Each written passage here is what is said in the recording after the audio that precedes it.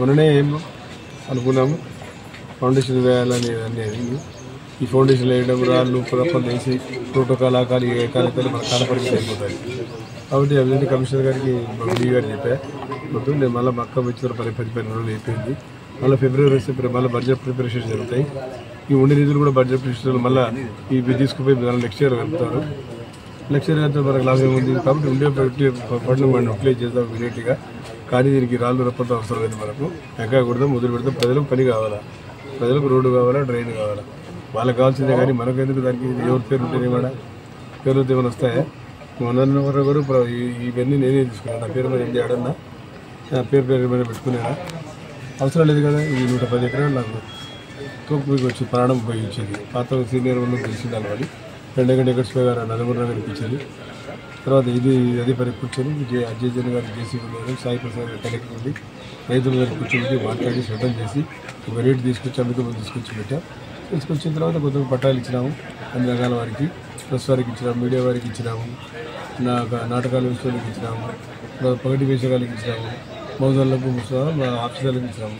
పెట్టుకొని పూజలు కూడా ఇచ్చారు. బహుశా ఎవరు కూడా నిలబెట్టుకుని ఉంటారు. దాన్ని నేను నా బాధ్యత కాదు.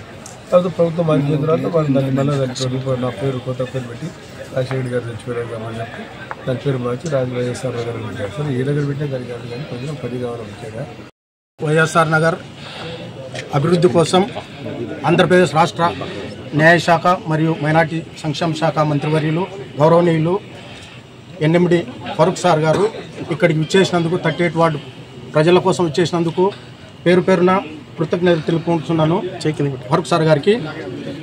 మన డ్రైన్స్ కోసము 15,60,000 ఒక డ్రైను, కర్ణామయ స్కూల్ రోడ్డు 10 లక్షలు, టైలర్స్ కాలనీ రోడ్డు వచ్చేసి 39,70,000, ఇక్కడ మొత్తం 4 డ్రైన్లు వచ్చేసి 40 లక్షలు.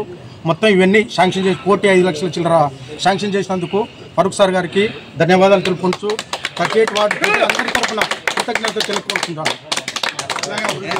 1,10,00,000తో మా వైఎస్ఆర్ నగర్ ను అభివృద్ధి కొరకు ఇక్కడ వచ్చేసి శంకుస్థాపనలు చేసినందుకు వారికి కూడా హృదయపూర్వకంగా వైఎస్ఆర్ నగర్ ప్రజలకు డోర్ డోర్ తిరిగి ఫిరోజ్ గారు ఫయాజ్ గారు తిరిగి ఇచ్చినటువంటి హామీలు 100% నెరవేర్చినందుకు ఈ రోజు మంత్రి గారు వచ్చి స్థాపన చేస్తున్నందుకు వైఎస్ఆర్ నగర్ 38వ వార్డు ప్రజల తరఫున ధన్యవాదాలు తెలియజేసుకుంటున్నాం.